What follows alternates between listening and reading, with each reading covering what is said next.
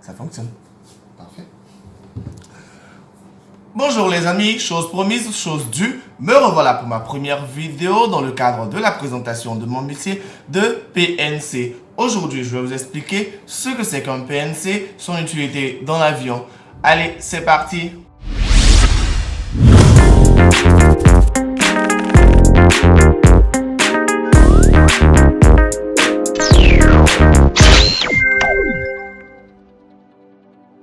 Pour notre petite histoire, la toute première hôtesse de l'air était Helen Church qui a exercé en 1930 pour la compagnie Boeing Air Transport. Notons que les conditions de travail en 1930 étaient vraiment difficiles et médiocres comparées justement au monde de l'aviation qu'on a aujourd'hui. Les critères de sélection étaient vraiment raffinés tels que le poids et l'âge. Il fallait avoir une formation d'infirmière à la base pour pouvoir accéder au métier. Je vais maintenant vous expliquer ce que c'est qu'un PNC. En réalité, un PNC n'est pas dans un avion à titre décoratif. Le PNC, en réalité, il est là pour la sécurité du passager, s'assurer que l'avion va décoller dans les meilleures conditions, des conditions assez sûres pour un vol très correct en fait. Et donc le PNC, pour lui, c'est un travail très minutieux qui passe par une check complète journalière. Et cette check, elle est effectuée avant chaque décollage. Il faut que vous le sachiez. Le PNC, avant le décollage d'un avion, il va vérifier tous les équipements de sécurité de l'avion. En ce qui concerne la sécurité de l'avion, il s'agit des extincteurs, des gilets de sauvetage, des bouteilles d'oxygène, des gilets pour bébés, des rallonges ceintures éventuellement pour des personnes à forte corpulence. Et donc pour un PNC, c'est un travail minutieux parce qu'il faudra vérifier la conformité de tous ces équipements, s'ils sont, je dirais, à jour, s'ils fonctionnent. Dans le cas où ils fonctionnent, pour les équipements qu'on peut éventuellement, je dirais, essayer étant au sol, mais pour les extincteurs, concernant aussi les bouteilles d'oxygène, je ne crois pas du tout. Là, tu as ouvert la bouteille d'oxygène, tu es dans la merde, la bouteille ne fonctionne plus en fait. Et donc le PNC, c'est vraiment tout un travail compliqué, c'est un travail à la chaîne, chacun a une certaine zone dans l'avion qu'il faut vérifier et vraiment, il faut s'assurer que tout fonctionne. Il est mieux de se rendre compte d'un problème quand on est au sol, c'est nettement mieux que de rencontrer un problème en altitude. Non, c'est pas gérable. Ça peut être gérable, mais c'est compliqué. On croise toujours les doigts que ça n'arrive pas. Ça sera donc après tous ces différents checks de tous les équipements de l'avion, de tous les compartiments de fond en comble de l'avion. Et là, maintenant, le PNC pourra autoriser l'embarquement des passagers parce qu'on se dit, l'avion, il est correct, l'avion n'a pas de problème, l'avion, il est sûr pour décollage. Et comment on va justifier la présence d'un PNC en altitude ? Son rôle sécuritaire en altitude, ça sera éventuellement de prendre soin du passager. Vous voyez, on peut rencontrer des turbulences dans un avion et ça sera au PNC de passer en cabine, vérifier que chaque passager, il a attaché sa ceinture ou peut-être qu'il a relevé sa tablette en fonction du type de turbulence que vous allez rencontrer pendant le vol. C'est-à-dire, en fait, le PNC, il était, je veux dire, un policier en altitude, tout simplement. Il prendra soin du passager. Il lui dira, monsieur, attachez votre ceinture, on traverse une zone de turbulence, il est dangereux, au risque de vous retrouver au plafond en fait. La deuxième fonction de PNC, c'est que le PNC, il est aussi sécuriste.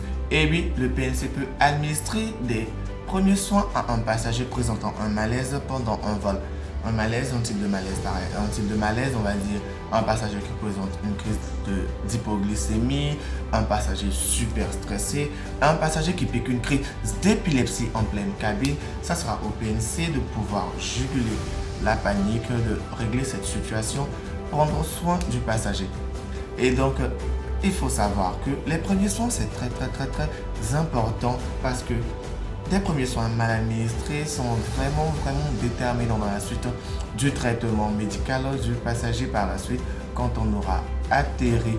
Et donc en tant que PNC, il faut vraiment faire attention à administrer les bons premiers gestes. Au risque de se voir taper une procédure judiciaire, c'est clair, parce qu'on n'aura pas administré les bons soins. Et je croise les doigts que le pire n'arrive pas.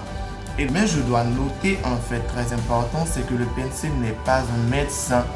Et je vous dis, dans l'avion, quand il y a un problème médical, on fait toujours un appel médecin parce qu'on se dit le médecin il est plus à même de reconnaître ce que le passager a et de lui administrer vraiment ce qu'il y a administré. Dans l'avion, il y a la trousse de premier secours dans laquelle vous trouverez des médicaments de premier usage, des médicaments qui sont un peu du genre paracétamol, Vogalène, Imodium, Smita, voilà, qui sont quand même des médicaments pour des bobos qu'on rencontre très souvent, perso, en tant que passager ou en tant qu'au-delà de tout, en tant qu'humain. Et il y a aussi la trousse médicale d'urgence dans laquelle il y a beaucoup de médicaments. Je ne pourrais pas vous les lister parfaitement, mais sachez que dans un avion, pour un vol qui va durer 6 heures, on peut quand même faire une bonne assistance jusqu'à ce qu'on atterrisse et qu'on arrive à destination.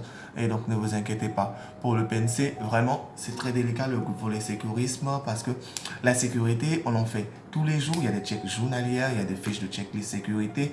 Et donc c'est comme si c'était listé en fait et c'est très régulier. Mais pour les malaises de passagers, non, désolé. Le passager, il ne commande pas un malaise avant un vol. Il arrive, on ne sait pas dans quelles conditions, favorables ou défavorables, et il pique une crise d'épilepsie. Ça ne se prépare pas. C'est vrai qu'on en parle souvent dans les révisions, mais il faut avoir une culture assez avancée en termes d'anatomie ou peut-être de culture médicale pour pouvoir identifier le passager présentant un certain malaise et en fait l'assister.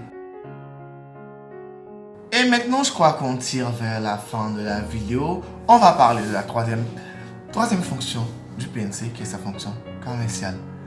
Et oui, je crois que c'est cette fonction que tout le monde connaît du PNC. Le PNC qui va prendre soin des passagers en leur donnant à manger, en leur donnant le jus, en soyant là pour leur donner de l'eau et tout ça. Notons que toutes les compagnies offrent une formation commerciale à leur PNC en fonction de leurs standards. Quand je dis standard, c'est-à-dire en fonction du service que la direction générale aura voulu offrir à sa clientèle. Soit c'est une clientèle de moyenne qualité ou une clientèle de VIP, si je peux m'exprimer ainsi. Sachez qu'il y a une compagnie qui existe en France, je crois, qu'on appelle la compagnie qui a seulement que la classe business. Et là, c'est un service uniquement VIP. Mais en général, dans les avions, on verra toujours deux compagnies, deux classes, c'est-à-dire la classe business et la classe eco. Dans d'autres compagnies, vous verrez la first economy. La first d'abord, la business, et après vous avez dans la classe économie, vous avez premium economy et vous avez economy. Toujours dans le cadre d'un service commercial, et c'est ce qu'on arrive à voir au mieux, c'est que le PNC qui doit être vraiment commercial. Un PNC, ça doit être raffiné. Un PNC, ça doit pouvoir protéger. Ça doit pouvoir administrer un service commercial, mais waouh, de grande qualité. C'est un agent d'hôtel à la limite, un agent de restauration à la limite en fait. Parce qu'il va travailler comme un serveur restaurant, il va partager les plateaux, il va sourire effectivement. Le sourire qui fait partie de l'une des qualités du PNC en qualité en termes de commercial. Pour la sécurité, on s'en moque, on n'a pas besoin de ton sourire. Applique juste les procédures en avance. Et donc le PNC étant le dernier maillon de la chaîne pour une compagnie, c'est-à-dire en fait c'est le PNC qui fidélise le passager. Le service commercial devient très important. La sécurité, le sécurisme, toutes les compagnies le font.